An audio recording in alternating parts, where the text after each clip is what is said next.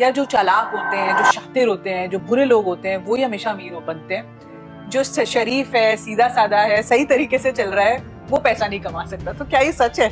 एक आम आदमी से अगर आप बोलोगे तो वो 9 बजे से 6 बजे तक की जॉब करेगा, उसके बाद वो अपने शरीर को प्रॉब्लम नहीं देना चाहता। तो ये माइंडसेट ट्रेनिंग इंसान कैसे करे? इसके लिए दो चीजें बहुत इंपॉर्टेंट होती है। इंडियन क्रिकेट टीम की जो कैप्टन थी, आज से 10 साल पहले जब उसका एक प्रेस कॉन्फ्रेंस चल रही थी, उस वक्त एक भी रिपोर्टर उसका इंटरव्यू लेने नहीं आया और पूरा रूम खाली था। और उसने अपना मैनिफेस्टेशन करा और उसने बोला एक दिन ये रूम पूरे रिपोर्टरों से फुल होगा। अगर आप एक पॉलिटिशियन को देखो, वो एक बिजनेसमैन है। हमारी जो जनता को चाहिए हो वही देगा वो।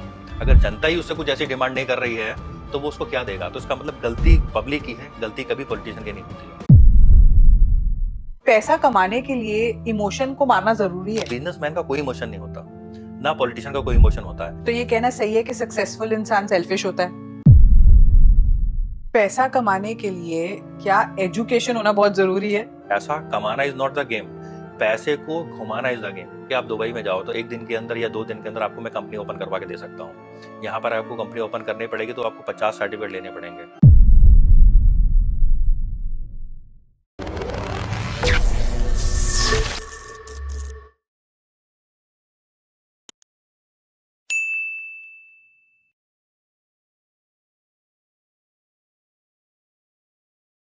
हर इंसान दुनिया में पैसा कमाना चाहता है, पर आज तक हम ये नहीं समझे कि पैसा कमाना या मनी सिर्फ एक सब्जेक्ट नहीं है, एक साइकोलॉजी है जो यहाँ से चलती है। बहुत सवाल आते हैं हमारे दिमाग में कि बुरे चालाक लोग अमीर क्यों बन जाते हैं, टॉपर्स हमेशा नौकरी क्यों कर रहे होते हैं और बैक बेंचर्स उनके मालिक होते हैं। कभी कभी दिमाग में आता है कि क्या पैसा कमाना टैलेंट की वजह से होता है या ये ट्रिक से बन जाता है। तो ऐसे कई सवाल हैं जो आज हमारे गेस्ट्स हमारे लिए डिकोड करने वाले हैं, क्योंकि आज के जो हमारे गेस्ट हैं वो एक लाइफ कोच हैं, एक बिजनेस कोच हैं और एक माइंडसेट मेंटोर भी हैं। तो आज हम उनसे कुछ ऐसी चीजें पूछने वाले हैं जो आप सब लोगों के मन में और दिमाग में चलती तो है, पर आप पूछने से हमेशा डरते हैं और सुनने से भी शायद उसका जवाब डरते हैं। तो आइए मिलते हैं आज हमारे गेस्ट गुरजीत सिंह से।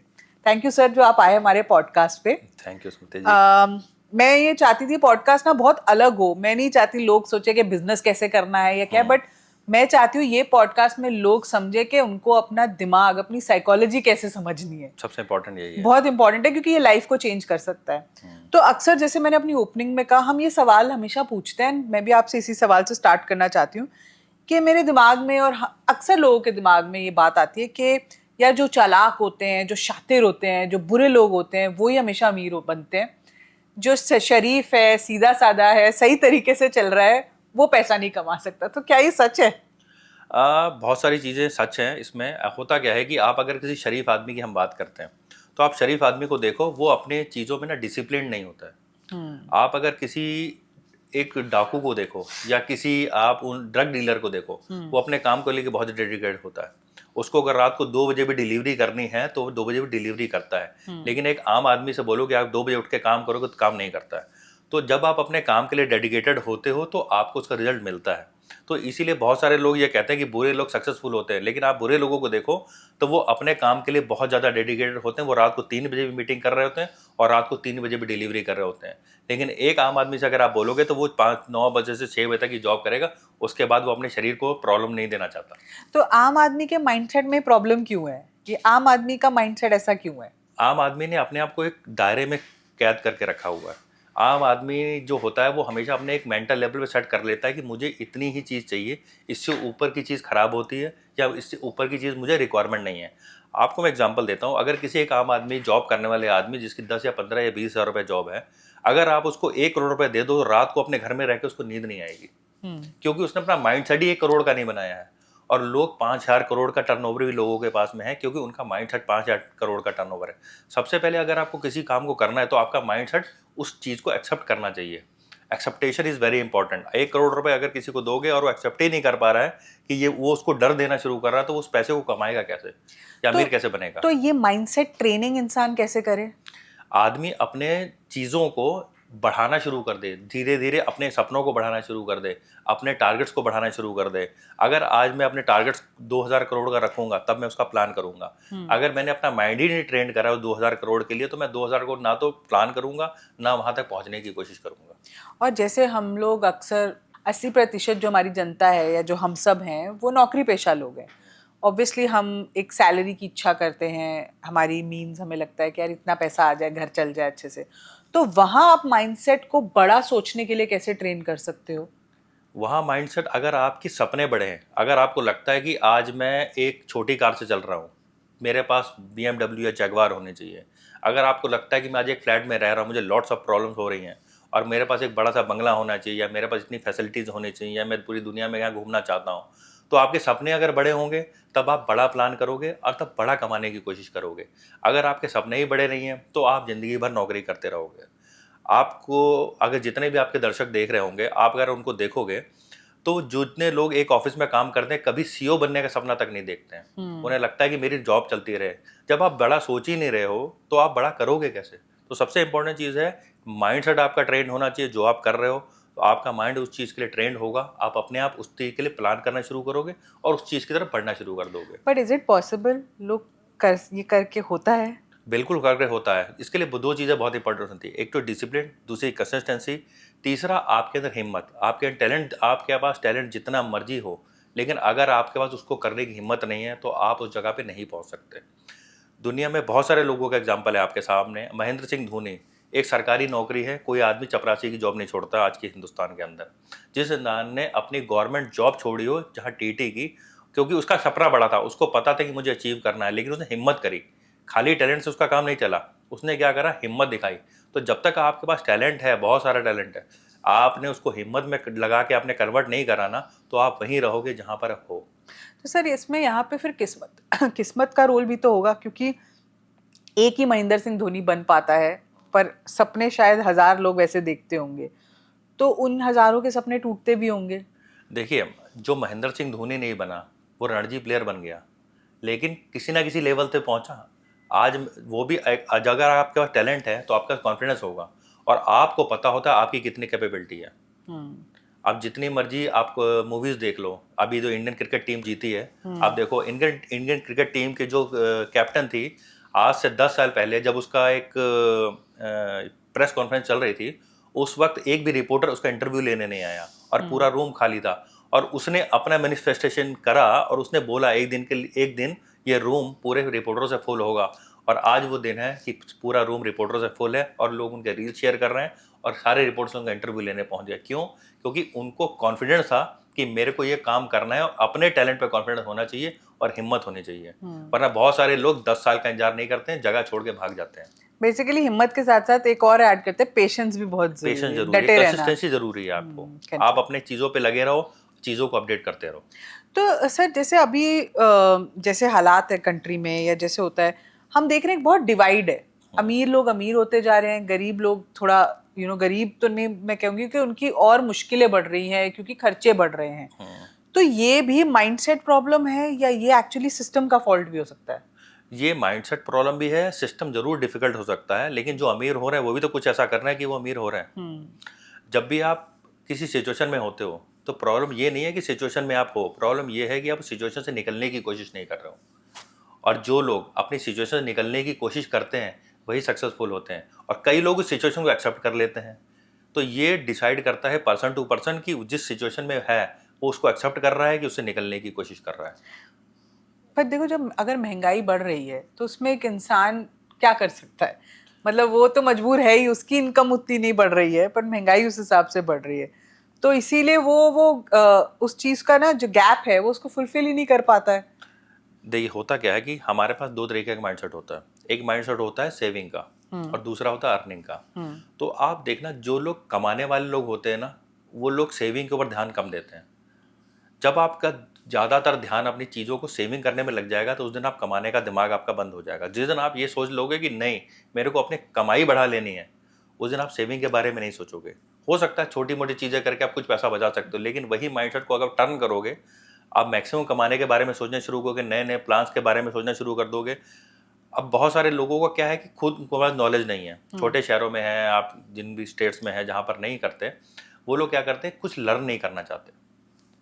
आज आप मेरे साथ बैठे हो, मैं आपके साथ बैठा हूँ, हम लोग किसी एक दूसरे के साथ डिस्कशन कर रहे हैं, कुछ ना कुछ लर्न कर रहे हैं। या मुझे आज कुछ लर्न करना है, मुझे स्टॉक मार्केट में अगर कुछ बढ़ना है तो टॉप कोई सीनियर होगा स्टॉक मार्केट, उससे मैं बात करूंगा, उससे मुझे कुछ ऐसी चीज़ सीखने मिलेगी जो उसका 20 या 25 साल का एक्सपीरियंस होगा। तो अगर हमें ज़िंदगी में कुछ चाहिए तो उस सिचुएशन पर नहीं रहना, ऐसा बंदा ढूंढना है जो उसको सिचुएशन से बाहर निकाल दे।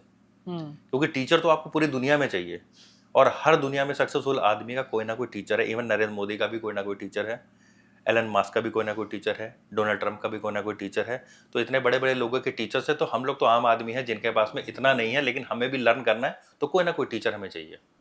अच्छा, आपने क्योंकि इतने बड़े लोगों का नाम लिया, तो अभी हमारे कंट्री में इलेक्शन का माहौल चल रहा है, बिहार इलेक्शन होने वाले हैं, तो आपको क्या लगता है कि वहाँ पे क्या रिझाव है, कैसे क्या पैन आउट होने वाला है, क्या लोग अपनी किस्मत बदलेंगे?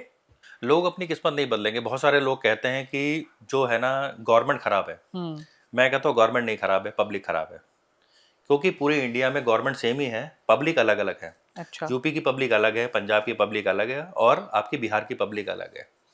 आपका पॉलिटिशियन आपको वही देगा जो आप चाहते हो। आप अगर उससे जॉब, सिक्योरिटी और चीज़ों की डिमांड करोगे और उसके बेस पे वोट डालोगे, तो गवर्नमेंट भी वही करेगी। अगर आप एक पॉलिटिशियन को देखो, वो एक बिजनेसमैन है, हमारी जो जनता को चाहिए हो वही देगा वो। अगर जनता ही उससे कुछ ऐसी डिमांड नहीं कर रही है, तो वो उसको क्या देगा? तो इसका मतलब गलती पब्लिक की है, गलती कभी पॉलिटिशियन की नहीं होती है। अभी आप पंजाब के पॉलिटिशियन की बात करोगे तो उसके मुद्दे डिफरेंट होते हैं, यूपी के पॉलिटिशियन के मुद्दे डिफरेंट होते हैं, महाराष्ट्र के डिफरेंट हैं, और बिहार के डिफरेंट हैं, क्योंकि पब्लिक की डिमांड ही डिफरेंट है। ट्रू। तो जो पब्लिक मांग रही है वही वो दे रहा है, तो उसकी गलती नहीं, गलती तो सारी पब्लिक है, वो मांगी गलत रही। तो ये गलती सुधारे कैसे पब्लिक, क्योंकि पब्लिक को तो यही आता है मांगना। पब्लिक पब्लिक बात कर रही है, धर्म की बात कर रही है, पब्लिक बात कर रही है वहां पर अपने स्टेट्स के रिक्वायरमेंट की बात नहीं कर रही है। पब्लिक बात ये नहीं करी कि मेरे को जॉब चाहिए, पब्लिक बात नहीं करी इंडस्ट्री क्यों नहीं आ रही है, पब्लिक ये नहीं बात करे हमारे लोगों की एजुकेशन क्वालिटी क्यों नहीं बढ़ रही है। जब पब्लिक ही धर्म के मुद्दे पे वहां पर वोट करेगी, तो फिर उसको वो जो पॉलिटिशियन है वो धर्म के मुद्दे पे ही उसको डाइवर्ट करता रहेगा, वो उसको वो चीज़ें नहीं देगा जो उसकी रिक्वायरमेंट है। फिर उसको दिल्ली मुंबई में आके इस तरीके के प्रॉब्लम्स क्रिएट करनी पड़ेंगी। भाई तुम बिहार के हो, या मुंबई में आप देखो किस तरीके से प्रॉब्लम चल रही हैं अभी, कि आपको लैंग्वेज प्रॉब्लम है, कि भाई तुम आओगे तो मराठा ही बोलोगे। तो उनका स्टेट है, वो अपने तरह से कर रहे हैं, वो तो नहीं जा रहे बिहार में काम करने के लिए। तो ये प्रॉब्लम जो है ना, पब्लिक खुद की है। तो जो चीज़ को आपको प्रॉब्लम क्रिएट कर रही है, आप उसके खिलाफ वोट करो। बड़ा इंटरेस्टिंग थॉट है ये, क्योंकि अक्सर लोग ऐसे नहीं सोचते, अक्सर लोग उल्टा सोचते हैं कि भाई वोट ले लिया तो अब काम नहीं करती गवर्नमेंट। अच्छा, मुझे एक बात बताओ, क्योंकि हमने पैसे से शुरू किया ये पॉडकास्ट, और पैसे की साइकोलॉजी पे बात की, तो पैसा कमाने के लिए इमोशन को मारना जरूरी है क्या? इमोशनल बंदे पैसे नहीं कमाते? इमोशनल बंदे पैसे इसलिए नहीं कमा सकते क्योंकि जब सब आज मैं बिजनेस शुरू कर रहा हूँ और इमोशनली कोई चीज़ मुझे बहुत ज़्यादा पसंद है, हो सकता है आपको ना पसंद हो, तो हमें तो मार्केट में उस चीज़ का बिजनेस करना है जो लोगों को पसंद हो। अच्छा, एक चीज़ आपको बता दो, जब जहाँ पर त्यौहार शुरू होते हैं, दिवाली आती है या दशहरा आता है या ईद आता है, तो चाइना उसके प्रोडक्ट बना के भेजता है। अब चाइना अगर इमोशनल हो जाए कि मैं तो सिर्फ चाइना की चीज़ें बना के भेजूंगा और इंडिया की धर्मों से मुझे लेना, वो तो बिजनेसमैन का कोई इमोशन नहीं होता, ना पॉलिटिशियन का कोई इमोशन होता है। आज एक पॉलिटिशियन एक जात का है, कल को दूसरी जात के वोट बैंक ज़्यादा है तो वो उसकी बात करना शुरू कर देगा। बिल्कुल। आज बिजनेसमैन है, बिजनेसमैन को पता है कि मैं तो एक दूसरी कम्युनिटी से आता हूँ और दूसरी कम्युनिटी की रिक्वायरमेंट है। तो आप देखो कि जब जिस टाइम दिवाली हो रही हो तो दूसरी कम्युनिटी के लोग प्रोडक्ट बेच रहे होते हैं, वो इमोशनल कहाँ होते हैं? तो बिजनेस में अगर इमोशन आएगा तो इमोशन आपका कभी काम नहीं आएगा, बिजनेस फेल होगा और पैसा आपके पास नहीं आएगा। तो ये कहना सही है कि सक्सेसफुल इंसान सेल्फिश होता है? एक तरीके से होता है, होना ही पड़ता है, क्योंकि हो- आपको अगर सक्सेसफुल होना है तो आपको अपने कस्टमर की डिमांड को पूरे करना है, जहाँ से आपको पैसा आना है उसको पूरा करना है। तभी आप इसको आप सक्सेसफुल भी कह सकते हो, इसको आप सेल्फिश भी कह सकते हो, इसको आप कुछ भी कह सकते हो। तो फिर वही घूम फिर के हम वही आ गए ना, फिर जो अच्छे लोग होते हैं वो फिर वो कभी फुलफिल कर ही नहीं पाएंगे डिमांड। अच्छे लोग जो हैं फिर वो जॉब पे ही कर रहे हैं, अच्छे लोग जॉब पे लगे हुए हैं, वो उन लोगों की नौकरी कर रहे हैं, एक तरीके से उन्हीं लोगों को सपोर्ट कर रहे हैं जो उसी सिचुएशन को हैंडल कर रहे हैं। अगर मैं आज किसी की जॉब कर रहा हूँ तो लेकिन डिमांड तो उस इंसान की पूरी कर रहा हूँ जो दूसरे अपोजिशन पार्टी या ओपोजिशन धर्म और उन लोगों के लिए काम कर रहे हैं। तो ऐसा भी क्यों होता है कि जैसे जो लोग पैसा कमाना चाहते हैं वो अक्सर उन जो पैसा कमा रहे होते हैं, जो अमीर लोग होते हैं, उनके खिलाफ ज्यादा बातें करते हैं? ऐसा क्यों होता है कि हम उनके प्रति नेगेटिव होते हैं? एक्चुअली आपने बहुत सारी पुरानी फिल्में देखी होंगी। पुरानी फिल्मों में ना जो गुंडा होता था वो अमीर होता था, हीरो हमेशा गरीब होता था। हम्म। तो हमारी जो साइकोलॉजी बनाई गई वो ये बनाई गई, जिसका पैसा है वो आदमी गलत ही है। हम्म। हमारी जो शुरू से हमें जब माइंड हमारा ट्रेंड किया गया, तो बहुत सारे लोग कहते हैं पैसा बुरी चीज़ होती है, लोगों में झगड़े दिलवा देती है। लेकिन आप देखो ना, दुनिया में उन्हीं लोगों के पीछे लोग भाग रहे होते हैं जिनके पास पैसा है। ट्रू। आप खुशियाँ खरीद सकते हो, आप लोगों को गिफ्ट दोगे तो लोग खुश हो जाएंगे। आप किसी के घर जाओगे, कोई गिफ्ट नहीं दोगे तो नाराज हो जाएगा। तो पैसा तो कभी आपको प्रॉब्लम नहीं क्रिएट करता, वो हमेशा आपको सपोर्ट करता है। लेकिन जब हमारी साइकोलॉजी बनाई गई शुरू से हीरो और गुंडे वाली बनाई गई, जो जिसके पास पैसा है उसके पास वो समझ लो वो बुरा गलत इंसान है। है, गलत है। हम्म। तो क्या ये भी एक माइंडसेट है, गरीबी में रहना भी एक माइंडसेट, एक हैबिट बन गया हमारे लिए कि हम बड़े सेटिस्फाइड हो जाते हैं कि यार चलो ये तो हमारी किस्मत ही है? एक्सेप्ट कर लेते हैं सिचुएशन को। बहुत सारे लोग, वही मैंने आपको थोड़ी देर पहले बोला, आप बहुत या तो चीज़ों को एक्सेप्ट करोगे या उससे निकलने की कोशिश करोगे। हम अपनी कैपेबिलिटी पे शक करते हैं। हमें क्या होता है, हमें दुनिया में किसी भी सिचुएशन को जीतना है तो सबसे पहले अपने आप से जीतना पड़ता है। जब मैंने मान लिया कि मैं गरीब नहीं रहूंगा, मैं अमीर बनूंगा या मुझे कुछ करना है, तब मैं कुछ करने की कोशिश करूंगा। और बहुत सारे लोग एक्सेप्ट कर लेते हैं, नहीं जी हमारी किस्मत ही है, हम इस जगह पे पैदा हुए, और वो लोग वहीं पे रह गए। अगर नरेंद्र मोदी ये सोच रहे तो आज भी चाय बेच रहे होते।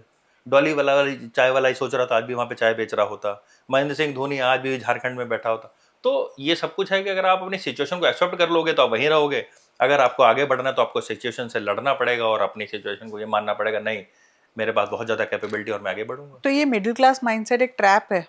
मेडिकल माइंडसेट डेफिनेटली ट्रैप है, क्योंकि हमें ट्रेंड ही ऐसा किया गया। जब मैं अपनी बात करता हूँ, हम एक जिस फैमिली से आते हैं वो सारी जॉब वाली फैमिली थी। तो हमें शुरू से ये सिखाया गया कि तुम मैक्सिमम क्या करना, तुमने एक जॉब करनी है, पढ़ाई नहीं करोगे तो तुम्हें नौकरी नहीं मिलेगी, पढ़ाई नहीं करोगे तुम्हारे साथ ये हो जाएगा, अगर पढ़ाई नहीं करोगे तो हमारे साथ इस तरीके की सिचुएशन हो जाएगी। तो एंड ऑफ द डे आपके दिमाग में भर दिया गया कि तुम पढ़ाई करोगे, अच्छी जॉब करोगे, और उसके बाद आपकी एक शादी होगी, फिर आपके बच्चे होंगे, फिर उनके बच्चे होंगे। तो एक तरीके से स्क्रिप्टेड लाइफ आपकी आपके सामने पैदा होते एक स्क्रिप्ट रख दी जाती है कि आपकी ज़िंदगी की स्क्रिप्ट है और आपको उसको फॉलो करना है। और दुनिया में जिसको सक्सेसफुल होना है वो स्क्रिप्ट फाड़ देता है और अपनी स्क्रिप्ट लिखता है। हम्म। तो पर क्या ये स्क्रिप्ट, जैसे अभी आपने कहा कि हमको समझाया गया है या हमारे पेरेंट्स ऐसे थे, पर मुझे लगता है ये न्यू जनरेशन थोड़ी अलग है, ये वो स्क्रिप्ट फॉलो नहीं कर रही है। चाहे आप किसी भी बैकग्राउंड से हो, उनको आईफोन चाहिए, 1.5 लाख का आईफोन चाहिए, चाहे उसमें कुछ इनोवेशन हो नहीं हो, चाहे जैसे भी हो। तो वहां आपको लगता है अब ये साइकिल चेंज हो रही है? इसमें साइकिल भी बड़ी खतरनाक तरीके से चेंज हो रही है। अच्छा। आप आईफोन की बात करते हो ना, तो आज की डेट में आईफोन लेना is not a big deal. Hmm. उस इंसान को आप अमीर नहीं कह सकते जिसके पास आईफोन है। ठीक है। अमीर वही होगा जिसके पास आईफोन भी होगा, मैकबुक भी होगा, जिसके पास वॉच भी होगी, एयरबड्स भी होंगे, जिसका पूरा सेट होगा, वो असली आज की डेट में अमीर की कैटेगरी में आता है। लेकिन खाली एक आईफोन आप खरीद लो तो वो आपकी अमीर की कैटेगरी में आज की डेट में काउंट नहीं होता। हो सकता है आज से 5 साल पहले काउंट होता हो। हम्म। तो पर जस्ट टू से लोग इन ब्रांड्स के पीछे इतने पागल क्यों हैं? क्या है इन ब्रांड में जो लोग उसको इतना पागल करता है? Actually it's all about the influence. एक माइंड सेट है कि हमारे पास तो बहुत ज़्यादा पैसा है नहीं। जिस इंसान के पास पैसा नहीं है तो लेकिन उसको दुनिया में ये शो करना है कि मेरा पास पैसा है, तो फिर पता लगता है कि आईफोन जो है ना सबसे महंगा फ़ोन है। जब हम इसको ले लेंगे तो लोगों ने ये मानना शुरू कर देना है कि तुम्हारा आईफोन है वो तुम्हें अमीर बना रहा है, या तुम अमीर हो आईफोन दिखने के लिए। एक आपको छोटा सा एग्जांपल देता हूँ, कि हीरा ले लो आप। हीरे को आप एक ठेले को और बेचना शुरू कर दो, उसकी कोई वैल्यू नहीं है, उसको लोग कांची समझेंगे। हम्म। और अगर आप एक नाइकी का जूता कॉपी लेके आप शोरूम में रख दोगे ना, तब भी लोग उसको असली कम खरीद के बेच ले जाएंगे। ट्रू। तो मेन मेन जो है ना बात यह है कि अगर आपके पास में पैसा है तो आपकी नकली चीज़ भी असली है, और नहीं है तो असली भी नकली है। तो एक आईफोन लेके आप अपने आप को कभी अमीर साबित नहीं कर सकते। तो जो लोग सोच रहे हैं कि हम आईफोन से एक शो ऑफ कर सकते हैं, वो आई थिंक उसको कहीं बेटर यूज में पैसा लगाने की उसको कोशिश अगर करें। उसको अभी मैंने थोड़े दिन पहले एक रील बनाई थी। हम्म। आप देखो कि मैंने आईफोन 16 लिया 8 महीने पहले, हम्म। और उसको मैंने बेच के आईफोन 17 ले लिया, और 17 बिल्कुल मैंने फ्री लिया। क्योंकि मैंने जो उसको जो बेचा था वो 80,000 85,000 का बेचा, उसको मैंने ऐसे म्यूचुअल फंड में लगा दिया जिसमें 35% रिटर्न है। तो घूम फिर के मेरा पैसा फिर रिकवर होगा और मैंने आईफोन 17 ले लिया।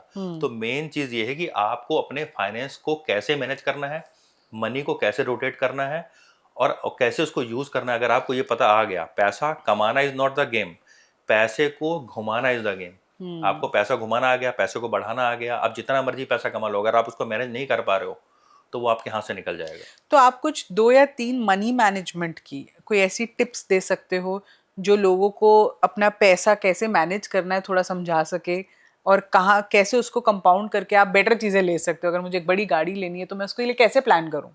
देखिए, सबसे पहले इंपॉर्टेंट क्या है कि बड़ी गाड़ी, एक आम आदमी अगर किसी का कुछ बिक जाता है या किसी की ज़मीन बिक गई और उसके पास आज 80 लाख या 1 करोड़ रुपए आ गया, तो वो पूरा कैश दे के पैसा गाड़ी खरीद के लेके आता है। और वही एक रिच माइंडसेट जिसको पता है कि मनी को कैसे घुमाना है, वो 10 लाख रुपए का डाउन पेमेंट करेगा, 9% के इंटरेस्ट रेट पे उसको फाइनेंस करवाएगा, और जो बचा हुआ सारा पैसा है 12 से 14% या 30 या 35% के हिसाब से उसको घुमाना शुरू करेगा।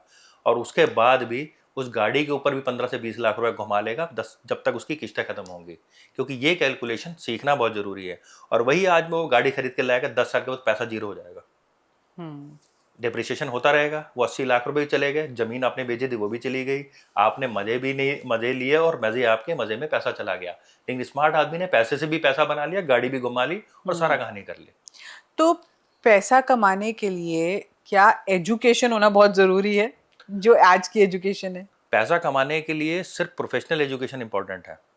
सपोज अगर आपको डॉक्टर बनना है, दैट कैन बी एक्सेप्टेबल। अगर आपको टॉप लेवल का इंजीनियर बनना है, दैट कैन बी एक्सेप्टेबल। लेकिन अगर आपको बिजनेस करना है तो आपको उतनी पढ़ाई आनी चाहिए कि जितनी है। आपको पढ़ाई करवानी चाहिए फाइनेंस मैनेजमेंट की, बच्चे को पढ़ाई करानी चाहिए कि लोगों की साइकोलॉजी की, बच्चों को पढ़ाई करानी चाहिए साइकोलॉजी ऑफ बिजनेस की।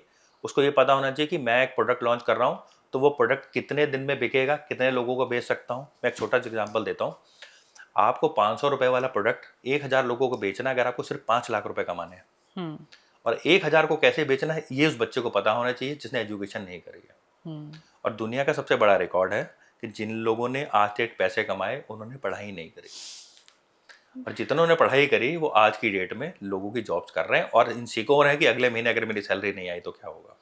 पर इसका ये मतलब तो नहीं कि आप पढ़ाई ना करें। पढ़ाई करें, पढ़ाई इंपॉर्टेंट है कि आपके एजुकेशन के लिए कि कितना आपकी रिक्वायरमेंट है, उसके लिए नहीं कि आप इतना बड़ा बैग लेके बच्चे को कॉन्टिन्यूसली मेंटल प्रेशर है उसका। और पता लग रहा है उस बच्चे ने, आप किसी बड़े बिजनेसमैन को देख लो, कभी अपने बच्चे को पढ़ाई के लिए प्रेशराइज करेगा ही नहीं, क्योंकि उसको पता है उसको इसकी रिक्वायरमेंट ही नहीं है। आप एक गवर्नमेंट जॉब वाले को देखो, वो अपने बच्चों को प्रेशराइज करेगा कि तुमको डॉक्टर बनना है तो बेटा तुमको इतने सारे बुक्स पढ़ने पड़ेंगे, तुमको इंजीनियर बनने तो इतनी सारी बुक्स पढ़नी पड़ेंगी। तो इस वजह से फिर वो डिसाइड, पहले से ही बच्चे को डिसाइड करना है कि उसने लाइफ में करना क्या है। तो जब हम, जैसे मैं जब बहुत सारे मैनिफेस्टेशन कोचेस से मिलती हूँ, मेरा हमेशा उनसे एक क्वेश्चन होता है ये चीज़, क्योंकि वो कहते हैं आप मैनिफेस्ट करो, आप सोचो, जैसे आप भी कह रहे हो इन अ वे। तो इसमें लक वर्सेस हार्डवर्क का क्या रोल है फिर? लक वर्सेस हार्डवर्क का ये रोल है कि आप जो है ना किसी काम को कर रहे हो, ठीक है, और उसको अगर आप, जिस मैनिफेस्टेशन की आप बात कर रहे हो, वो आप अगर आपने मैनिफेस्ट किया है, हो सकता आज नहीं मिलेगा, ठीक है। किसी को मेहनत ज़्यादा करनी पड़ती, किसी को ज़्यादा, किसी को बहुत ज़्यादा। तो लेकिन मैनिफेस्ट अगर आपने किया हुआ है तो आप उसी रोड को फॉलो कर रहे हो। यहाँ से आपको दुबई जाना है तो आप प्लान करोगे, यहाँ से मुझे टैक्सी करनी है, फ्लाइट पकड़नी है, वहाँ स्टे करना, तो इट्स अ प्लानिंग। तो मैनिफेस्टेशन इज अ प्लानिंग। आपका डेस्टिनेशन डिसाइड कर लिया आपने, अपना आप जीपीएस लगा लिया आपने कि यहाँ तक मुझे जाना है और कैसे कैसे जाना है, फिर आप प्लान करना शुरू करो। तो मैनिफेस्टेशन आप इस टाइप ऑफ योर टारगेट, और वो आपके दिमाग में बैठ गया है, फिर आपका दिमाग उसी तरफ चलना शुरू कर देगा, उसी चीज़ों को प्लान करना शुरू कर देगा, उसी तरफ जाना शुरू कर देगा। एंड लक अगर हो साथ में, लेट्स से आपकी लक नहीं साथ दे रही, तो फिर ये मैनिफेस्टेशन की प्लानिंग चल पाती है? मैनिफेस्टेशन बिल्कुल चल पाती है। देखिए, लक कोई आज तक कोई पढ़ नहीं पाया, ये एक ऐसी चीज़ है जिसको कोई देख नहीं सकता। ये है, मेहनत तो दिखती है लेकिन लक कभी दिखती नहीं है। तो बहुत सारे लोग कहते हैं मैंने ये काम किया, नहीं हुआ, आज नहीं हुआ तो कल हुआ। जिन लोगों के हाथों में लकीरें नहीं होती तो क्या वो करते नहीं है? जिनके हाथ नहीं होते तो उनकी क्या लक नहीं चल रही होती है? सब कुछ चलता है। लेकिन लोगों का प्रॉब्लम पता है क्या है? दुनिया में ना 17 टाइप ऑफ बिहेवियर्स है। आप अगर अपने बिहेवियर से हट के काम करोगे तो वो आपको हमेशा प्रॉब्लम क्रिएट करेगा। जैसे मुझे स्पीकिंग की आदत है और मैं मोटिवेट स्पीकर हूँ, then I can be acceptable. अगर मेरे को बोले आप सॉफ्टवेयर इंजीनियर बन जाते तो मेरे लिए एक्सेप्टेबल नहीं था, वो मेरा बिहेवियर नहीं है। तो बच्चा जब भी पैदा होता है तो उसका बिहेवियर रीड करना चाहिए। 17 टाइप ऑफ बिहेवियर्स हैं, एक वेबसाइट है, वहाँ पे जाके चेक कर सकते हो आप कि आपका जैसा बिहेवियर है, आप उस तरीके के प्रोफेशन को चूज़ करोगे तो आपका लक अपने आप ही काम करना शुरू कर देगा। क्योंकि वो इंटरपर्सनल स्किल है। किसी को बोलना बहुत अच्छा पसंद होता है, कोई बहुत बड़ा आर्टिस्ट है, किसी का दिमाग डिफरेंट तरीके से चल रहा होता है, कोई मेहनत वाला इंसान है। तो जिस तरीके का इंसान है उसको वैसे प्रोफेशन में ना जाना चाहिए। ट्रू। हम ना अक्सर सक्सेसफुल लोगों की बातें करते हैं, उनकी हैबिट्स की बातें हो जाती हैं, पर वो हम अपने लाइफ में उतार नहीं पाते प्रॉपरली। तो अगर मैं आपसे पूछूं तीन चार ऐसी हैबिट्स जो, जैसे आपने पहले बताया कंसिस्टेंसी वगैरह की, बट जो सक्सेसफुल लोग करते हैं और हम अगर वो फॉलो कर लें तो हम भी एक सक्सेसफुल पाथ पे चलने के लिए तैयार हो सकते हैं। मैं एक बड़ी अच्छी हैबिट है जो एक नॉर्मल इंसान में और सक्सेसफुल इंसान में होती है। एक कोई भी नॉर्मल इंसान होता है ना, वो कुछ लर्न करना नहीं चाहता है। उसके अंदर एक बिहेवियर होता है कि मुझे सब कुछ पता है। हाँ। और सक्सेसफुल आदमी को मिलोगे जिसके पास हज़ारों करोड़ रुपए होंगे, करोड़ों का टर्नओवर चल रहा होगा, आप उनको देखोगे ना, वो हमेशा कुछ ना कुछ लर्न करने की कोशिश करते हैं। अगर आप बैठे होगे तो आपसे उसको लगता है कि मुझे कुछ लर्न करने को मिलेगा, तो वो आपसे बात करेगा और आपसे लर्न करेगा। वो हमेशा बुक्स को पढ़ने की कोशिश करता है। मैं किसी बंदे का इंटरव्यू देख रहा था, वो जॉन इब्राहिम का ट्रेनर था। जब वो जॉन इब्राहिम पर ट्रेनिंग देने के लिए गया तो जॉन इब्राहिम ने बोला मुझे कुछ नहीं पता है, तुम मुझे बताओ क्या करना है। और आप सबको पता है कि ऑलरेडी जॉन इब्राहिम की अच्छी खासी बॉडी बनी है, कॉन्टिन्यूसली जिम करता है इतने साल से, लेकिन कोई इंसान उसके पास आ रहा है तो उससे वो लर्न करने की कोशिश करता है। तो क्या बैक बेंचर्स जो होते हैं स्कूल्स में, वो भी क्या यही हैबिट फॉलो करते हैं? क्योंकि मोस्टली सब वो होते हैं जो आगे चल के अपना कुछ ना कुछ बिजनेस या काम कर रहे होते हैं। जितने बैक बेंचर्स होते हैं या तो पॉलिटिशियन बनते हैं, या तो वो बिजनेसमैन बनते हैं, या हाँ। तो सेल्स वाले बनते हैं। अच्छा। ये बड़ा क्लियर फंडा है। इसमें स्पेशलिटी क्या है, इसमें ये भी एक बिहेवियर है, इस तरीके का बिहेवियर है। होता क्या है कि जब हम जो इंसान है, हम लोग खाली पढ़ाई करते हैं तो हमारा दिमाग सिर्फ पढ़ाई में होता है। लेकिन बैक बेंचर्स दोनों एक्टिविटीज़ करते हैं। वो लाइफ स्किल भी सीखते हैं, पब्लिक डीलिंग भी सीखते हैं, लोगों के साथ डीलिंग भी सीखते हैं। और इस करने के बाद में ये चीज़ें उनको आगे जाके फ्यूचर में बेनिफिट देती हैं। खाली आप पढ़ाई करते रहोगे तो आप सक्सेसफुल नहीं हो सकते। आपको पब्लिक डीलिंग या इम्पोर्टेंट है, लोगों को डील करना आना चाहिए। अगर आपको डील करना आता है तभी आप सक्सेसफुल इंसान बन सकते हो। ट्रू। आप आर्मी में जाते हो तो एज ए लेफ्टिनेंट का अगर आपका पेपर होता है, जिसे सीडीएस कहते हैं, उसको आप क्वालिफाई करने जाओ तो फिर एसएसबी होती है। तो 5 दिन वो लोग आपका बिहेवियर चेक करते हैं। और उनका भी क्राइटेरिया यही है कि मैं अगर आर्मी में किसी बंदे को रखता हूँ या लेफ्टिनेंट या किसी सीनियर पोजीशन पर रख रहा हूँ, तो उस बंदे के पास जो है 60% मार्क्स होने चाहिए, 90% नहीं होने चाहिए। क्योंकि उसको पता है कि मेरे पास इतनी बड़ी बटालियन है, कल को मैं लड़ाई में भेजूंगा तो पढ़ाई काम नहीं आएगी, इसका स्मार्ट वर्क पीपल काम आएगा, स्किल। इसकी लाइफ स्किल्स काम आएंगी। वरना ये मेरे 144 की बटालियन को वहाँ पर मरवा देगा बंदा। तो वो इस तरीके की साइकोलॉजी को पढ़ते हैं और इसीलिए इसी तरीके के बंदों को हायर करते हैं। वो उनको 90% के बंदे नहीं चाहिए होते हैं।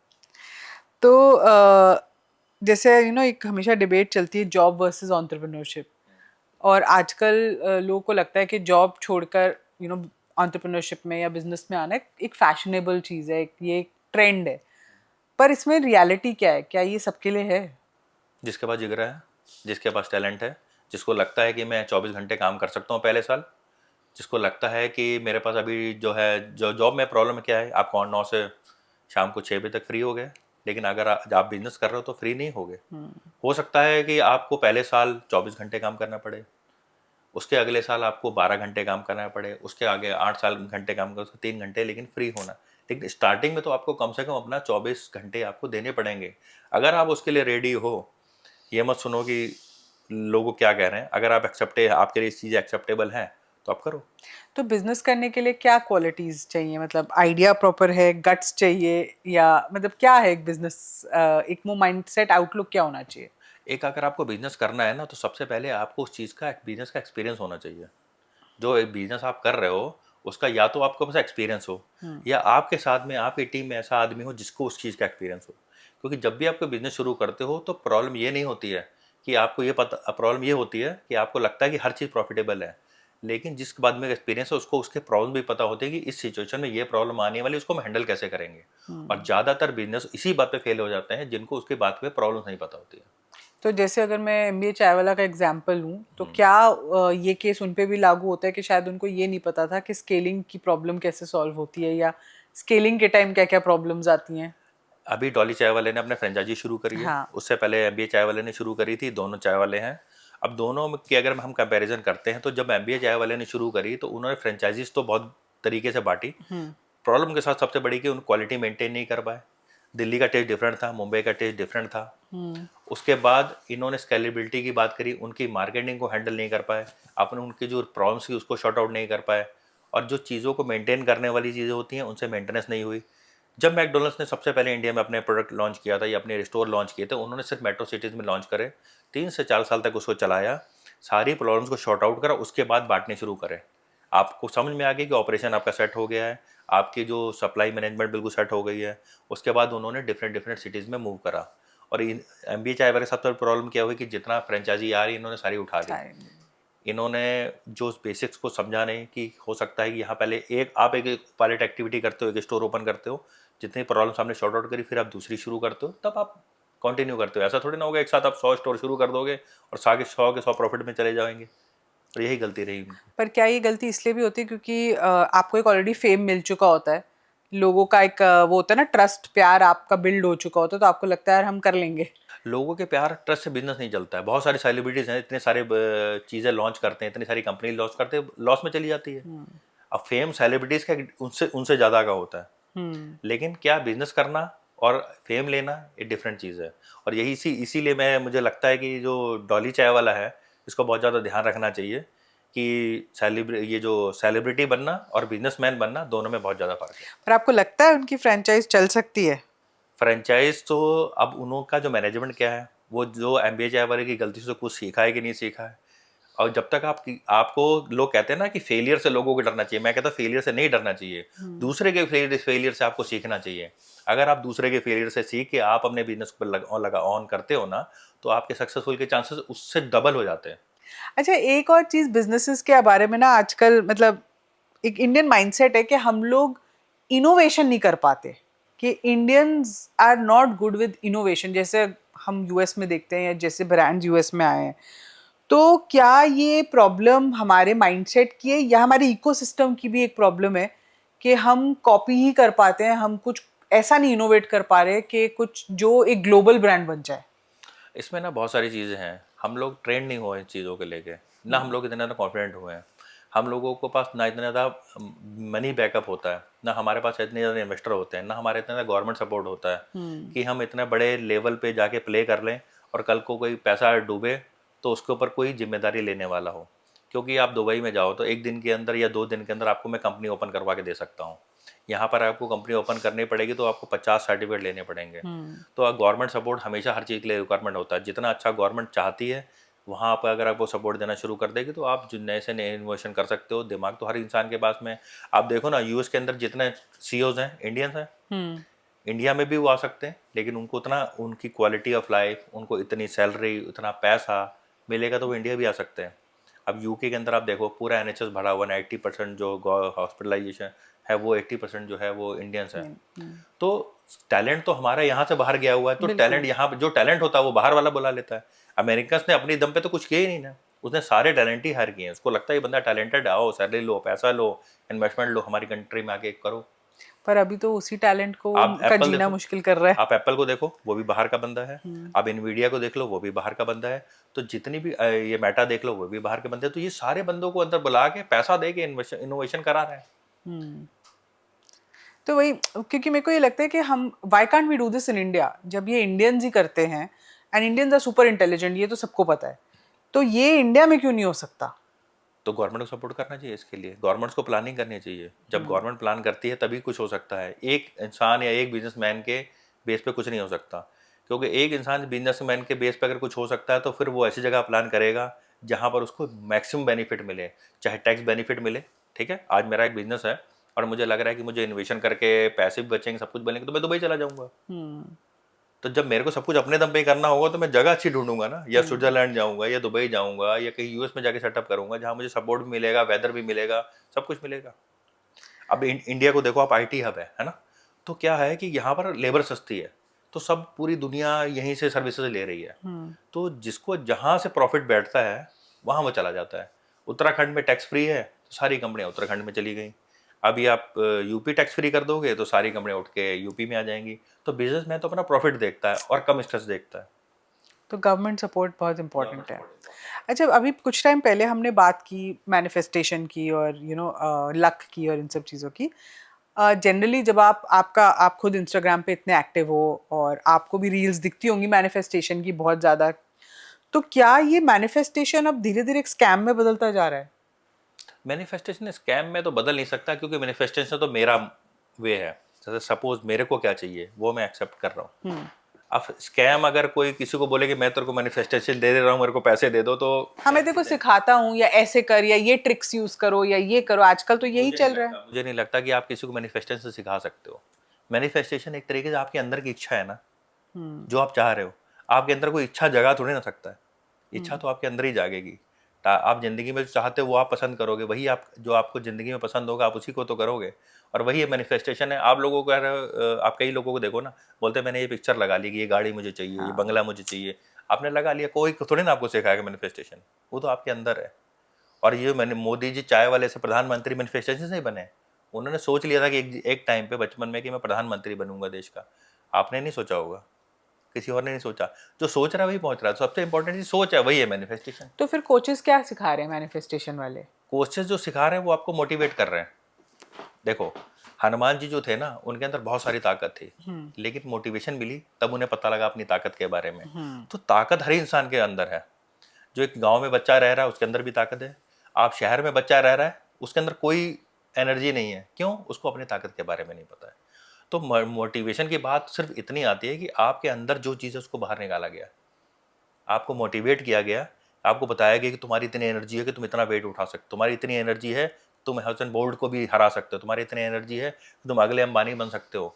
तो पहले जो आपकी सोच बनाई जा रही है, आप मोटिवेशन क्या है, आपकी सोच बनाई जा रही है, आपको उस लेवल पे लेके जाया जा रहा है कि तुम जो सोच रहे हो तुम वो नहीं हो, तुम इससे कहीं ऊपर हो। तो सर मोटिवेशन तो चलो पैसे देके भी आप कर सकते हो और आजकल ऑनलाइन फ्री भी बहुत मिलती है, पर फिर भी एक्शन में क्यों नहीं ट्रांसलेट होता है? 80% ऑफ द टाइम क्यों लोग ड्रॉप आउट हो जाते हैं या मोटिवेशन का लेवल कम हो जाता है? मोटिवेशन का लेवल इसलिए कम हो जाता है कि मोटिवेशन के साथ साथ आपको डायरेक्शन नहीं होती है। मैं किस चीज़ के लिए मोटिवेट हो रहा हूँ, मुझे क्या बनना है, मुझे ज़िंदगी में क्या अचीव करना है, मेरा सक्सेस पॉइंट क्या है, मुझे जाना कहाँ है। अब जहाँ जाना है उसकी लेके मोटिवेट हूँ। आज मुझे आईएएस बनना है, तो मेरा आईएएस है प्लस मोटिवेशन है, प्लस डिसिप्लिन है, प्लस कंसिस्टेंसी है। कैसे नहीं बनेगा?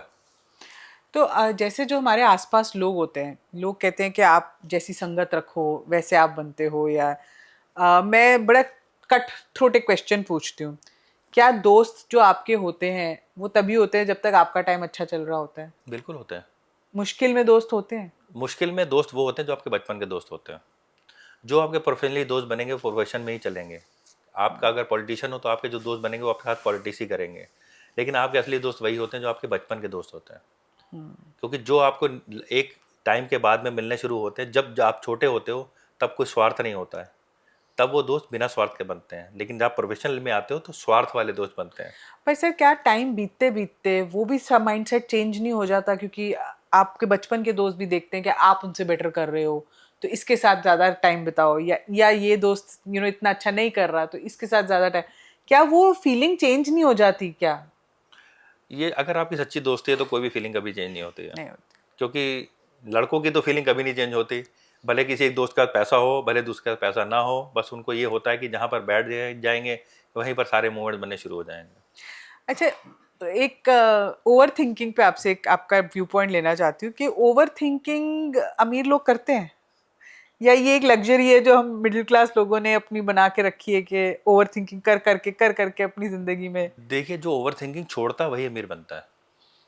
क्योंकि आप देखो ना, बहुत सारे जो सेलिब्रिटीज़ हैं, जो बड़े हैं, पॉलिटिशियंस हैं, वो कभी किसी बात का माइंड ही नहीं करते। आपकी एक रील के नीचे एक कमेंट आ जाएगा, आपको स्ट्रेस हो जाएगा। उनकी रील्स चल रही हैं, उनकी वीडियोस चल रही हैं और लोग कमेंट्स कर रहे हैं, उनकी कॉपियाँ कर रहे हैं, है ना, उनको उनके बारे में 10 बातें बोल रहे हैं। आपने कभी उनका रिएक्शन देखा है? किसी भी बड़ा आदमी, कोई भी सक्सेसफुल आदमी, उसको कोई फ़र्क नहीं पड़ता है कि आप उसके बारे में क्या कह रहे हो। फ़र्क हमेशा छोटे आदमी को पड़ता है कि उसकी अगर फ़ोटो पे 4 लाइक नहीं आएंगे तब भी वो स्ट्रेस में आ जाएगा। नहीं, पर क्या ये जो कहते हैं ना एक एडुलेशन, एक फेम चाहिए होता है, ये जैसे जैसे आप बड़े होते हो लाइफ में या जैसे जैसे आप फेमस होते हो ये और बढ़ जाता है कि मुझे, जैसे आपने कहा कि अगर कोई बहुत फेमस है और उसको इस तरीके की रिस्पॉन्स नहीं मिलता तो वो और पागल होता है इसके चक्कर में कि मुझे ऐसा क्यों नहीं मिल रहा, कि जो तो क्या ये चीज़ बढ़ती नहीं है जब आप और फेमस हो जाते हो? ये बढ़ती है ना, जब आदमी को एक लेवल ऑफ अचीवमेंट की बात होती है, जब वहाँ पर वो पहुँच जाता है तो ऐसा फील होना शुरू करता है। अच्छा, आप एक बड़े अच्छे सिंगर हो, आपने गाना गाया, किसी ने ताली नहीं बजाई, तो आपको फील होगा। आपने पूरी मेहनत करी है। आप एक बड़े अच्छे कवि हो, आपने बड़ी अच्छी कविता सुनाई है, किसी ने उस पर ताली नहीं बजाई, तो अप्रिसिएशन, पूरी दुनिया में ना अप्रिसिएशन आपको बहुत मोटिवेट करता है। आप अगर एक क्राउड से भरा हुआ क्रिकेट ग्राउंड है और आपने विकेट ले लिया या शॉट मार दिया तो पब्लिक ताली बजा रही है, तो आपका लेवल ऑफ कॉन्फिडेंस बहुत ज़्यादा बढ़ जाएगा, आप और अच्छे तरीके से खेलना शुरू कर दोगे, आप परफॉर्मर और अच्छे हो जाओगे। तो अप्रिसिएशन तो आपको हमेशा चाहिए, और जब आदमी बहुत ज़्यादा मेहनत करता है तो अप्रिसिएशन नहीं मिलती, तो जब डिप्रेशन तो आएगा ही, उसको आएगा। तो क्या जो लोग सक्सेसफुल होते हैं वो विक्टिम माइंडसेट के साथ नहीं चलते, जैसे ये मेरे साथ ही क्यों हुआ, या ये ये मैं इधर क्यों थी, या कुछ ऐसी चीजें? क्या वो विक्टिम माइंडसेट एक प्रॉब्लम है? विक्टिम माइंडसेट बहुत बड़ी प्रॉब्लम है। अगर आपके साथ कुछ अच्छा नहीं हुआ या आप कोई चीज़ सक्सेसफुल नहीं हुए, तो अगला टारगेट लोग जो सक्सेसफुल लोग हैं वो बड़े पॉजिटिव होते हैं। क्योंकि मैं बहुत सारे लोगों के साथ बैठता हूँ, एक आपकी ज़िंदगी में ना दो तरीके के लोग आएंगे, हमेशा याद रखना। एक होता है देवता, एक होता है राक्षस। जो देवता लोग होते हैं पॉजिटिव होते हैं, आपके साथ बैठेंगे आपको पॉजिटिव वाइब्स आएगी। और अगर कोई राक्षस टाइप का आदमी बैठ गया जो हमेशा नेगेटिव है, वो आपके साथ बैठा भी होगा, कुछ नहीं बोल रहा होगा, तब भी आपको नेगेटिविटी की फीलिंग्स आनी शुरू हो जाएंगी। तो आपके आसपास जितने पॉजिटिव लोग हैं, आप अगर आज हार भी रहे हो तब भी आपको अप्रिशिएट कर रहा है, अरे कोई बात नहीं अगली बार हो जाएगा। और कुछ लोग आपके साथ ऐसे होंगे, अगर आपकी जरा सी गलती होगी, भाई मैंने तेरे को तो पहले ही कहा था भाई ये काम मत करना, तो ये नेगेटिव लोग हैं, ये आपको ड्रॉप करते चले जाएंगे। और आपको, मैं ज़िंदगी में एक चीज़ में बिलीव करता हूँ, माहौल, जितना अच्छा माहौल होगा ना उतने अच्छे आप होगे। आपको बॉडी बनानी है, आप जिम में चले जाओ, माहौल अपने आप बनता है। 10 लोग जिम कर रहे हैं, आप भी जिम करना शुरू कर दोगे। आपको पढ़ाई करनी है, आप एक कोचिंग इंस्टीट्यूट में चले जाओ, क्लास में चले जाओ, क्योंकि 10 लोग पढ़ रहे हैं, आप भी पढ़ना शुरू कर दोगे। ट्रू। तो माहौल इज़ वेरी इंपॉर्टेंट। अगर आपको कुछ भी बनना है, आप अपने चारों तरफ उस तरीके का माहौल क्रिएट कर दो। तो ये भी हम पे डिपेंड करता है, हम किस तरीके के लोग अपने आसपास रखना चाहते हैं और देखिए, मैं बहुत सारे लोगों को जानता हूँ जो छोटे छोटे शहरों में, उनके पास कोई मेंटर नहीं, लेकिन वो यूट्यूब से मेंटर नहीं लेते हैं। फिर उन लोगों को फॉलो करते हैं जो लोग उसको पैसा कमाना सिखा रहे हैं। वो उन लोगों को फॉलो करते हैं जो उनको स्टॉक मार्केट सिखा रहे हैं। वो उन लोगों को फॉलो करते हैं, उन लोगों की वीडियोस देख रहे हैं, 1 घंटे के पॉडकास्ट देख रहे हैं जो मैनिफेस्टेशन सिखा रहे हैं, जिसकी आप बात कर रहे हो। तो जिसको सीखना है ना, वो राह ढूंढ लेगा। उसका दोस्त वैसा नहीं है तो वीडियोस को फॉलो करना शुरू कर देगा। और जैसे ही आप आज की डेट में कौन सी रील्स को फॉलो कर रहे हो, ये आप पे डिपेंड करता है। और आपकी ज़िंदगी का खतरनाक बात वो है कि आप उस तरीके की रील्स फॉलो कर रहे हो जो आपको ज़िंदगी में प्रॉफिट नहीं देने वाली हैं। तो आपकी reels is your future. Actually लोगों ने ना सोशल मीडिया की पावर को गलत लेना शुरू कर दिया है।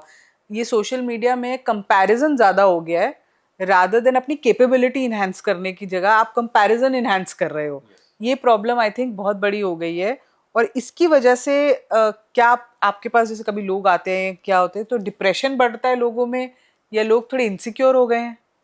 लोग गलत कंपटीशन कर रहे हैं। लोगों को कंपटीशन करना चाहिए अपने आप से। लोग कंपटीशन कर रहे हैं दूसरे से। ट्रू। आज मेरी कैपेबिलिटी है 10%, मैं 11 करने की नहीं सोच रहा हूँ, मैं दूसरे की देख रहा हूँ, दूसरे का 30% दूसरे देख का रहा 30% का प्रॉब्लम में हूँ। तो आपने भी शायद बुक के नाम सुना होगा, एटॉमिक हैबिट्स। जी। एटॉमिक हैबिट का सीधा रूल है कि आप अपने को 1% इंप्रूव कर रहे हो, 365% आप इंप्रूव हो जाओगे 1 साल के बाद में। तो इंप्रूवमेंट अपने में रिक्वायरमेंट है, हम दूसरों से कंपैरिजन करके गलत काम कर रहे हैं। और सोशल मीडिया उसको एग्रीवेट ही कर रहा है। ये रिलेशनशिप में ज़्यादा हो रहा है।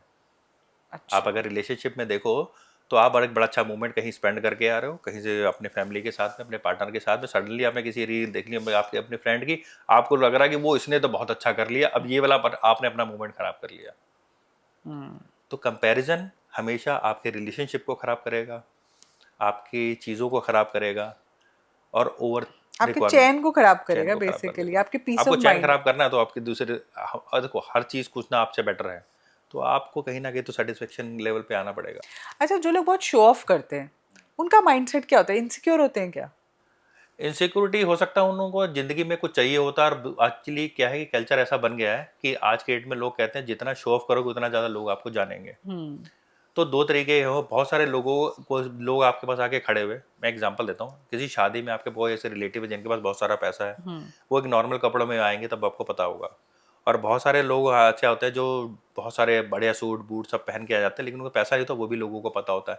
लेकिन उनका माइंड सेट ऐसा होता है कि उन्हें लगता है कि ये सब पहन के जाएंगे तो उन्हें एक अमीर कैटेगरी में काउंट करना शुरू कर देंगे।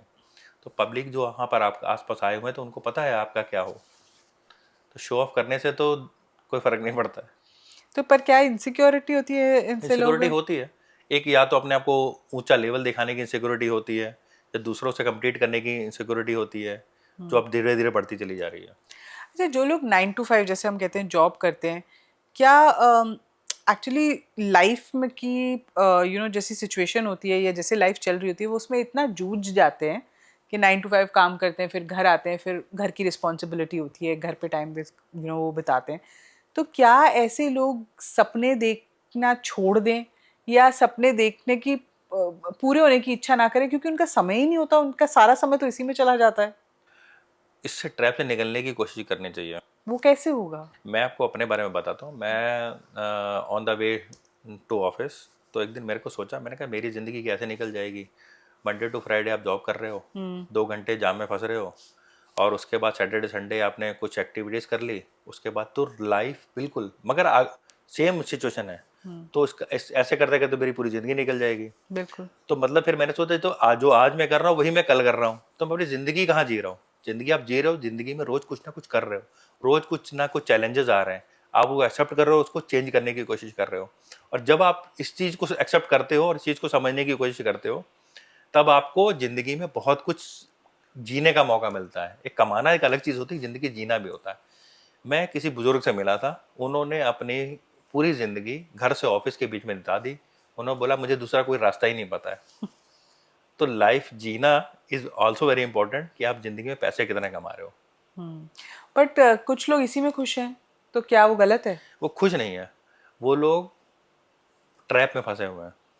वो स्क्रिप्टेड लाइफ जो उनको दी गई है, जिसकी बात मैंने पहले ही करी, वो स्क्रिप्टेड लाइफ को फॉलो कर रहे हैं। उन्हें बोला है, उनको ये लग गया है कि यही मेरी ज़िंदगी है, और उससे ऊपर वो थिंक भी नहीं कर रहे हैं और ना बढ़ने की कोशिश कर रहे हैं, ना वो बढ़ना चाहते हैं। अच्छा, मैंने आपसे जेनजीज के बारे में पूछा, अब यही हमारी जो नेक्स्ट जनरेशन आ रही है, क्या लगता है आपको क्या इनके ट्रेट्स हैं? क्योंकि बड़ी कंफ्यूजिंग है चीज़ें उनके आसपास जो मंडराती हैं। कोई कहता है इनसे काम नहीं होता, कोई कहता है ज़्यादा काम नहीं होता, कोई कहता है ये बहुत अपनी मन मर्जी के ऐसे हैं।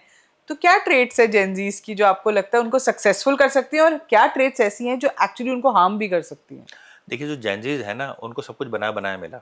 इससे पहले वाली जो जनरेशन थी ना, उसने हार्ड वर्क किया हमारी टाइप की जो है थी ना, हार्ड जनरेशन। वर्क किया है। तो अब जो है जेनजीज, उनको सब कुछ बैठे बैठाए मिल रहा है। मैक्सिमम जेनजीज की अगर बात करते हो तो सिंगल चाइल्ड्स हैं, उनकी जो रिक्वायरमेंट होती है सब फुलफिल हो जाती है। इस वजह से वो लोग मेंटली भी वीक हो गए, क्योंकि जब तक आपको चीज़ आसानी से मिल जाएगी तो आप धीरे धीरे मेंटली वीक होना शुरू हो जाओगे। आपको, अगर पुराने राजा महाराजाओं की हम बात करते हैं, तब उन लोगों के राजपाट सब चले जाते थे, जंगलों में चले जाते थे, लेकिन उनके अंदर इतनी कैपेबिलिटी होती थी कि दोबारा फिर से घूम के आते थे, सेना तैयार करते थे, अपने राज को जीत जाते थे। और जेनजीज का अगर आज की डेट में फूड ऑर्डर 2 घंटे लेट हो जाएगा ना, तो वो डिप्रेशन में आ जाएंगे। तो जो विल पावर है ना, इनके अंदर बहुत ज़्यादा कम है। और विल पावर हमेशा इंसान के अंदर स्ट्रांग होनी चाहिए। और छोटी छोटी सिचुएशन पर अगर आप डिप्रेशन आना शुरू हो जाए, तो आप सोचो इंसान ज़िंदगी कैसे काटेगा। ट्रू। पर ऐसी कोई पॉजिटिव ट्रेट्स उनकी जो आपको लगता है कि हाँ यार, ऐसे टाइम में ये ट्रेट्स जरूर होनी चाहिए, जो शायद हम लोगों में नहीं है? क्योंकि अब जब एआई आ रहा है, अगर इन लोगों के कॉन्सेप्ट एआई के साथ मैच कर गए, या इनको लगता है कि इन्हें काम करना चाहिए, क्योंकि काम करे बिना तो काम चलेगा नहीं, क्योंकि महंगाई बढ़ रही है, ठीक है, कंपटीशन बढ़ रहा है, और धीरे धीरे करके आपस में ही कंपटीशन बढ़ेगा। अगर आपके खर्चे बहुत ज़्यादा हैं, पैसे आपके पास बहुत कम है, पैसे कमाने के लिए आपको मेहनत करनी पड़ेगी। अगर सारी सिचुएशन आपके साथ मैच नहीं करी, तो फिर डिप्रेशन आएगा, फिर किस सिचुएशन पे जाएंगे, वो बहुत बुरी होगी। अब जैसे आपने एआई की बात की, आप इतने बिजनेसेस को कंसल्ट करते हो, कोच करते हो, क्या एआई का इम्पैक्ट देख रहे हो आप? कैसे आगे चल के एआई का इम्पैक्ट बिजनेसेस पे, जॉब्स पे, लोगों पे होने वाला है? एआई का सिचुएशन वही वाली है जो 2000 में जब कंप्यूटर जब आया था। इंटरनेट, हाँ। इंटरनेट आया था, कंप्यूटर आया था, तो लोग डर गए, कंप्यूटर आ गया तो लोगों की जॉब चली जाएगी। तो अगर एआई को आप दुश्मन समझ के यूज़ करोगे, तब डिफरेंट चीज़ है। अगर आप उसका यूज़ करोगे तो एक डिफरेंट चीज़ है। अगर उसको आप ना बिजनेस ग्रो करने में यूज़ करोगे, कस्टमर केयर के लिए यूज़ करोगे, सेल्स लीड जनरेट करने के लिए, एक ऑटो रिप्लाई के लिए, आप उसको जितना ज़्यादा ऑटोमेट कर, अपने बिजनेस को ऑटोमेट करने के लिए यूज़ करोगे, तो वो आपका दोस्त है। और वही जो लोग रिपीटली काम कर रहे हैं, आईटी सेक्टर पूरा घबराया हुआ है, 1 लाख जॉब्स अभी गई हैं टीसीएस में। तो अगर उसको दुश्मन मानोगे तो उस तरीके से, या उसी का कोई ओपोनेंट चूज कर लो। एआई आपकी जॉब खा रहा है, एआई को चलाने वाले बन जाओ। आप ऐसी ट्रेनिंग्स करो कि एआई कैसे चलेगा। क्योंकि ऑटोमेशन तो हो ही रही है ऑटोमेशन हो ही रहा और है। उसकी वजह से जॉब्स भी कम हो रही हैं, क्योंकि आप ऑब्वियसली जो काम पहले देखो, 5 लोग करते थे वो अब आप एक। अगर ट्रेंड फॉलो नहीं करोगे ना तो आप ज़िंदगी में डिप्रेशन में जाओगे ही जाओगे। ट्रेंड हमेशा बदलता है, हर 5 साल के 10 साल के बाद ट्रेंड बदलेगा। आज मैंने कुछ सीख लिया, अगर मैं सोच लूँ कि सीख के मैं बैठ गया और मुझे ज़िंदगी में कुछ नहीं सीखना ना, तो मेरे लिए बहुत ज़्यादा हार्ड टाइम आने वाला है। आप देखो, सबसे पहले हाथ धोने वाला साबुन आता था, ठीक है? फिर फार्मूला चेंज हुआ, लिक्विड आ गया, ठीक है? अब आ गया फोम। तो सिस्टम चेंज हो रहा है हर 5 साल के, 6 साल के बाद में। तो आज की डेट में आपकी अपडेशन इज़ योर लाइफ, आपको अपडेट करना ही पड़ेगा। एक टाइम पे हम लोग वीडियोस बनते थे, आज हम पॉडकास्ट कर रहे हैं, कल को कुछ और चेंज होगा। तो जिसने फ्यूचर फॉलो किया ना, वो सक्सेसफुल है और डिप्रेशन फ्री है और पैसा कमाएगा वो। अच्छा, आजकल इतने कोचेस हो गए हैं जो आपको हेल्प करते हैं, मेंटोर हैं, ये क्या वो एक्चुअली आपको एक सही राह दिखा रहे हैं या कंफ्यूज ज्यादा कर रहे हैं?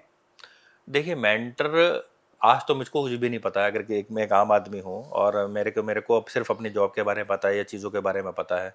अगर मैं किसी से कुछ सीखने जाता हूँ तो डेफिनेटली अगर वो 100 चीज़ें बता रहा है, कुछ लोग 100% है, कुछ लोग 50% हैं, कुछ 60% है, क्योंकि लेकिन उन लोगों ने भी चीज़ें वो सीखी हैं जो आपको सिखा रहे हैं। क्योंकि एक टीचर को पढ़ाने के लिए खुद पहले पढ़ना पड़ता है। बिल्कुल। इतना आसान टीचिंग करना भी इतना आसान नहीं है। हर सिचुएशन में, अब मेरे पास बिजनेस की एक अलग सिचुएशन आ गई कि यहाँ पर स्ट्राइक हो गई, यह प्रॉब्लम हो गई।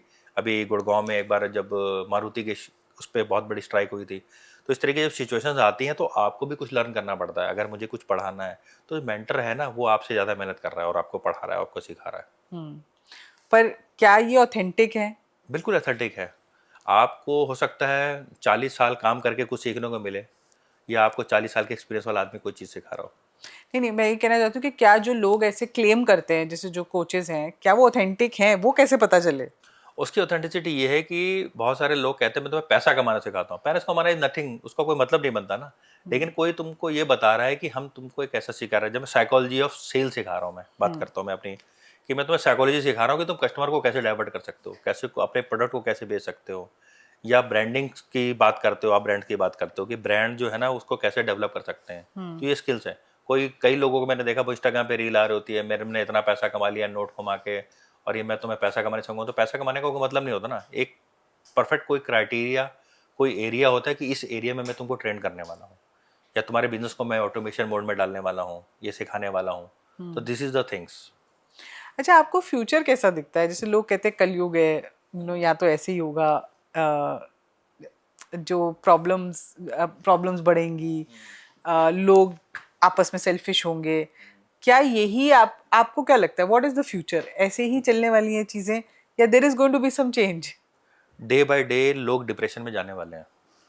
होता क्या था, पहले लोगों की बहुत बड़ी फैमिली होती थी, धीरे धीरे लोग न्यूक्लियर फैमिलीज में आ गए। न्यूक्लियर फैमिलीज में आने के बाद में डाइवोर्स ले लेना शुरू कर दिया। तो जब इंसान अकेला हो गया, इंसान अकेला होने के बाद में क्या करेगा? आप, पैसा ही नॉट एवरीथिंग। मैंने बहुत बड़े बड़े IPS ऑफिसर्स से बात हुई है, बहुत सारे जो बड़े बड़े जो पॉलिटिशियंस हैं उनसे भी बात हुई है। तो होता क्या है कि ये लोगों के सामने जब डील कर रहे होते हैं तो एक डिफरेंट चीज़ है, लेकिन हर इंसान को एक अपना इंसान चाहिए जिससे वो अपने दिल की बात कर सके। आप 50,000 लोग आपके पास में हैं, लेकिन आपके पास एक आदमी ऐसा नहीं है जिससे आप दिल की बात कर सको। तो आने वाला फ्यूचर उस इस तरीके के, पैसा होने के बाद में, लोग होने के बाद में भी लोग डिप्रेशन में होते हैं। तो इसलिए आपके पास हमेशा एक आधा इंसान ऐसा होना चाहिए जिससे आप अपने दिल की बात कर सको।